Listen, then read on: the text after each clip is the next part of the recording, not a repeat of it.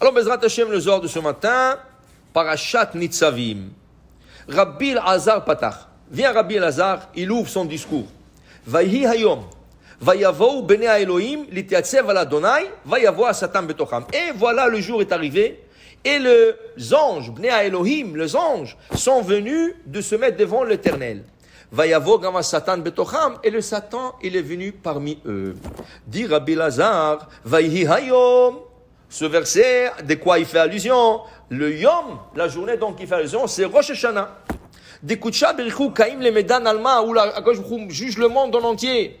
Et le Bnei Elohim, ils sont venus accuser et emmener leur dossier d'accusation contre certaines personnes. Voilà, qu'est-ce qu'il a fait Rouven, qu'est-ce qu'il a fait Shimon, qu'est-ce qu'il a fait celui-là, qu'est-ce qu'il a fait l'autre. Ils sont venus pour présenter leur dossier devant le roi, le juge qui est en train de juger le monde. Alors il dit ici que on trouve dans un des versets dans le prophète, dans Melachim Aleph, que tout le tzva Hashamayim, tout le tzava, l'armée céleste, elle se trouve devant le roi, Akadosh Baruch Hu, à droite et à gauche. Est-ce que devant Akadosh Baruch Hu, il y a droite et gauche? Akadosh Baruch Hu n'a pas de forme. Alors, ça ne peut pas exister ni droite ni gauche. Donc, qu'est-ce que c'est droite et gauche? Droite, ça veut dire de mérite.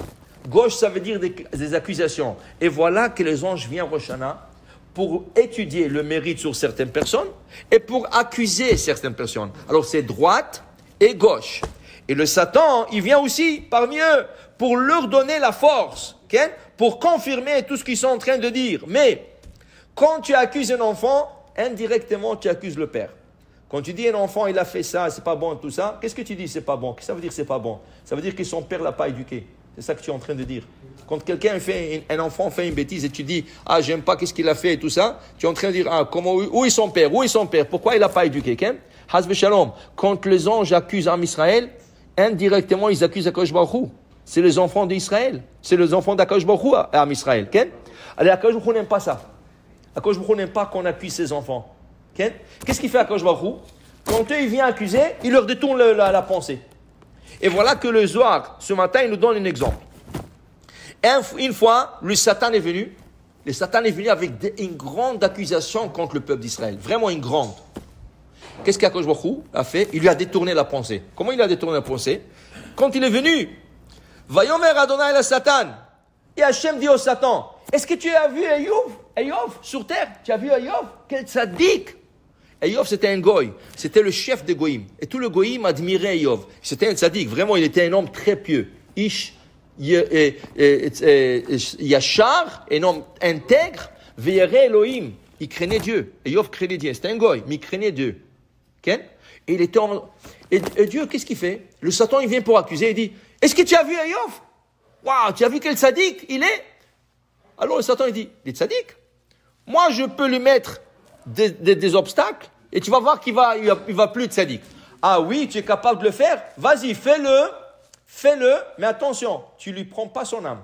Il doit rester vivant. Tout ce que tu lui fais, tu ne lui prends pas son âme. Et là, le Satan, il descend et il commence à donner à Eïov des souffrances que dans le Talmud, ils disent qu'on ne peut même pas croire que ça existait. Que peut-être c'est rien qu'une légende.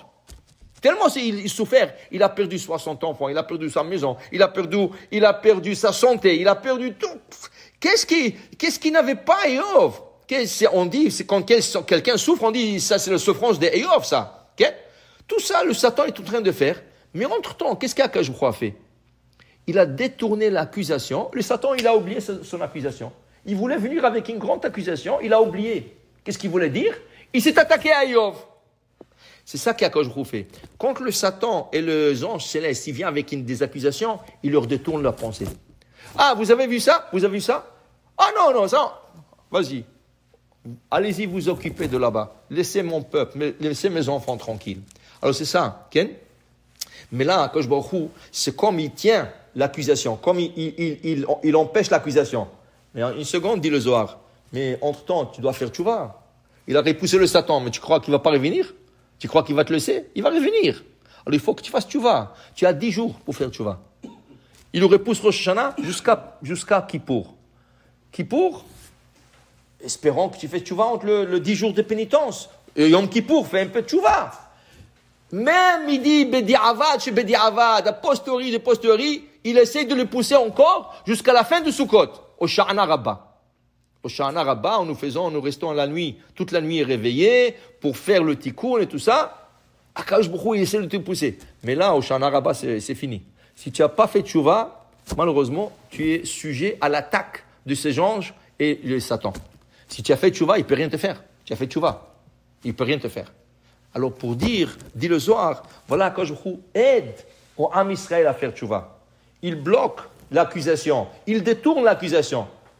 Mais toi aussi, tu devrais faire ta part. Alors essaie de faire tchouva le plus tôt possible. Comme ça, même s'il revient, il n'y a plus d'accusation. La tchouva, elle efface tout. Elle rend tous les péchés en mérite. Baruch Adonai le'olam. Amen ve amen.